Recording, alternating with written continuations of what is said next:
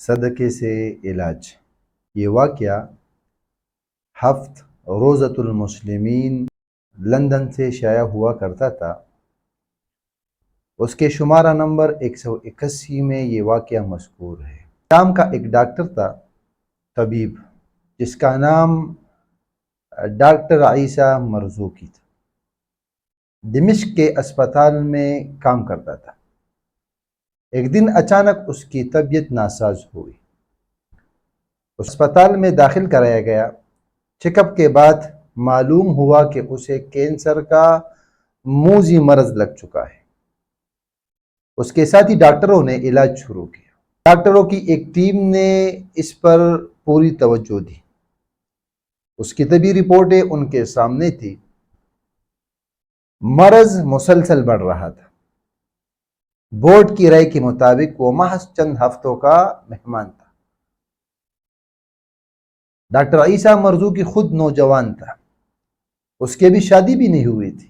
Doctor عیسیٰ Marzouki کو ایک حدیث یاد آ گئی، یعنی اللہ کے رسول علیہ السلام کی ایک حدیث اس نے پڑھ رکھی تھی۔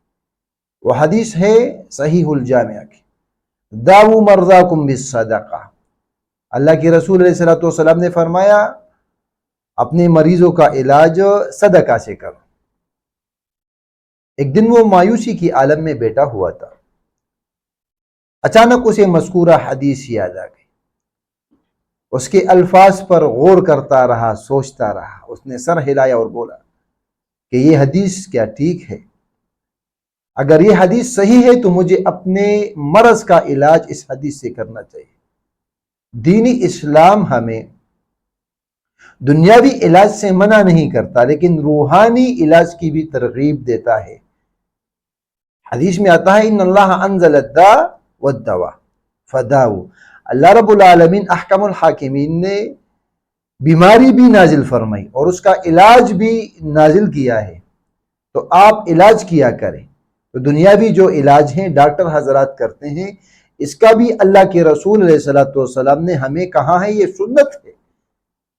لیکن روحانی علاج کرنا یہ بھی ایک سنت ہے۔ اکثر لوگ صرف دنیاوی علاج پر اپنی نظریں مرکوز کر دیتے ہیں، اور کچھ لوگ صرف روحانی علاج پر نہیں۔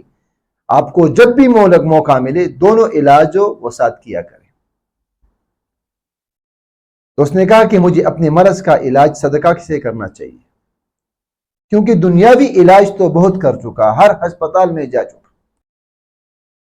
اس کو ایک ایسے گھرانے کا علم تھا جس کا سربراہ وفات پا چکا تھا، اور وہ بڑی مشکل سے اپنی زندگی گزار رہے تھے۔ بیماری کے دوران اس کے پاس جتنی بھی جمع پونجی تھی وہ خرچ ہو چکی تھی علاج پر، کیونکہ کینسر کے علاج پر بہت زیادہ پیسہ انسان کا لگ جاتا ہے۔ تاہم جو معمولی رقم بچ گئی تھی وہ ساری اس نے اکٹھا کی اور اپنے قریبی دوست کے وسیلے سے وہ ان گھر والوں کو دے دی، ان بیوہ عورت کو دے دی، تاکہ اس کے ساتھ ان کا گزر بسر ہو سکے اور اپنے یتیم بچوں کی کفالت کر سکے۔ اللہ کے رسول علیہ السلام کی یہ حدیث سچ ثابت ہوئی، داؤ مرضاکم بالصدقہ، اور وہ بتدریج آہستہ آہستہ رفتہ رفتہ ٹھیک ہوتا گیا۔ ڈاکٹروں نے کہا کہ یہ تو عجیب بات ہے، ایسا ممکن ہی نہیں۔ تو ڈاکٹر عیسیٰ مرزوقی نے کہا کہ میں نے اللہ کے رسول علیہ السلام کی اس حدیث پر عمل کیا ہے، میں نے صدقے سے علاج کیا ہے۔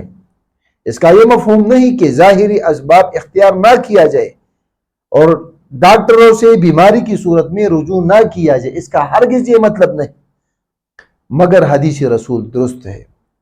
بلا شبہ ایک ایسی ذات موجود ہے جو بغیر کسی دوا کے بیماروں کو صحت عطا کرتی، تو ہمیں ظاہری علاج کے ساتھ ساتھ اپنے آپ کو دم بھی کرنا چاہیے۔ ظاہری علاج کے ساتھ ساتھ ہمیں صدقے سے بھی علاج کرنا چاہیے۔